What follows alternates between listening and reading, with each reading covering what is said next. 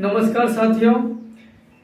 पिछले वीडियो में आप लोगों को हम वैज्ञानिक बार्जेलियस जी का सिद्धांत बताए थे और वैज्ञानिक प्राउड की परिकल्पना और वैज्ञानिक डोबेराइनर जी का त्रिक नियम। यहाँ पर आपको हम बताएंगे वैज्ञानिक डोबेराइनर जी का वैज्ञानिक ड्यूमा जी की सजातीय श्रेणी।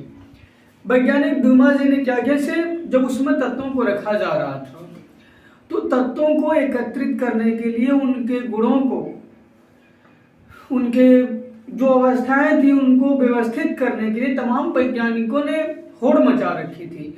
सभी वैज्ञानिकों ने अपना अपना मत दिया था।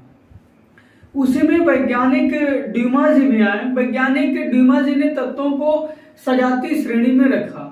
वैज्ञानिक ड्यूमा जी ने तत्वों को सजातीय श्रेणी में किस तरह से रखा, जैसे देखिएगा, उन्होंने समान गुण वाले तत्वों को लिया। यहाँ पर हम नाइट्रोजन परिवार को लेते हैं। Nitrogen, phosphorus, arsenic, antimony, bismuth. अब देखिएगा, यानी ये मेंडलीव की जो आवर्त सारणी है, ये वर्ग नंबर 15 का तत्व है। याद करने का ट्रिक है, नेपाल, पाकिस्तान, ऑस्ट्रेलिया सब भिखारी। नेपाल, पाकिस्तान, ऑस्ट्रेलिया सब भिखारी, या नाना पाटेकर, आशोरिया सब भिखारी। ये याद करने का ट्रिक है। आप इसके अकॉर्डिंग इसको याद कर सकते हैं। इनका द्रव्यमान है, नाइट्रोजन का द्रव्यमान आप सभी लोगों को पता ही होगा। नाइट्रोजन का द्रव्यमान कितना होता है? 14।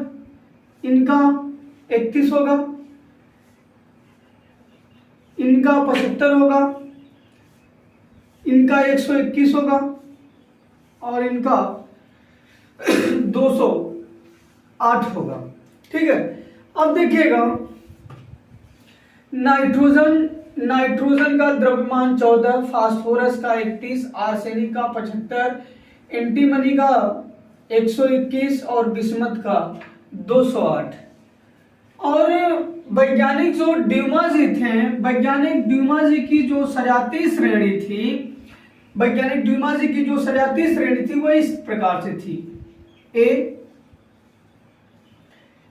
प्लस बी, ए प्लस बी प्लस सी, ए प्लस बी प्लस 2c, ए प्लस बी प्लस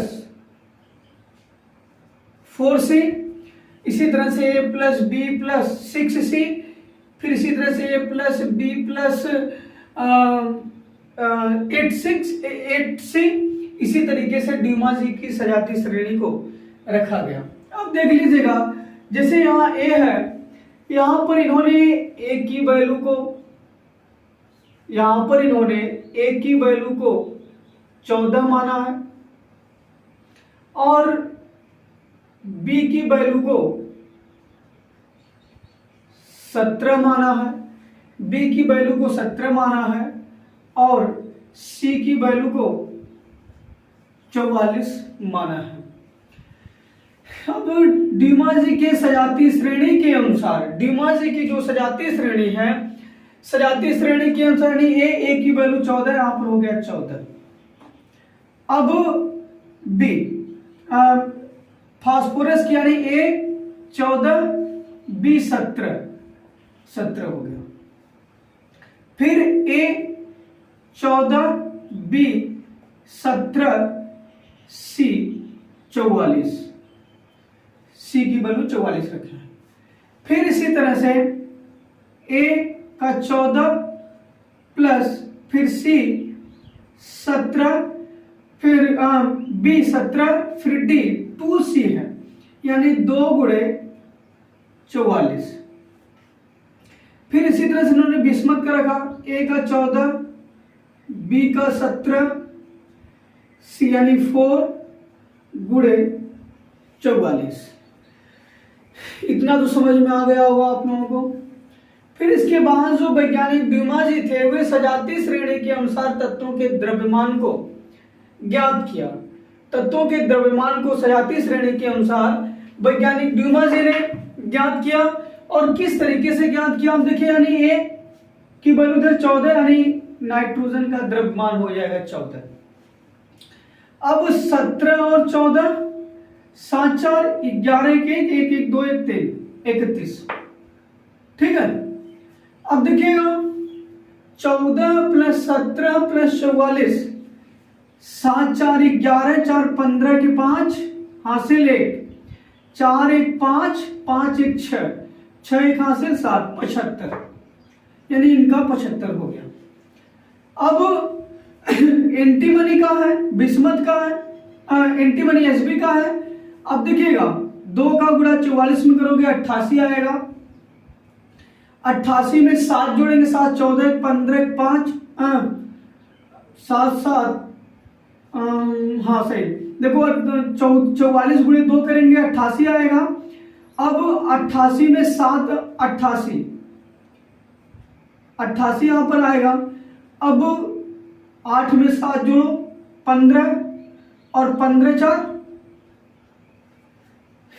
15 4 19, 7 7 14 15 4 19 के 9 हासिल 1। फिर देखिएगा 8 1 9 1 10 10 1 हासिल 11, 119 आ गया।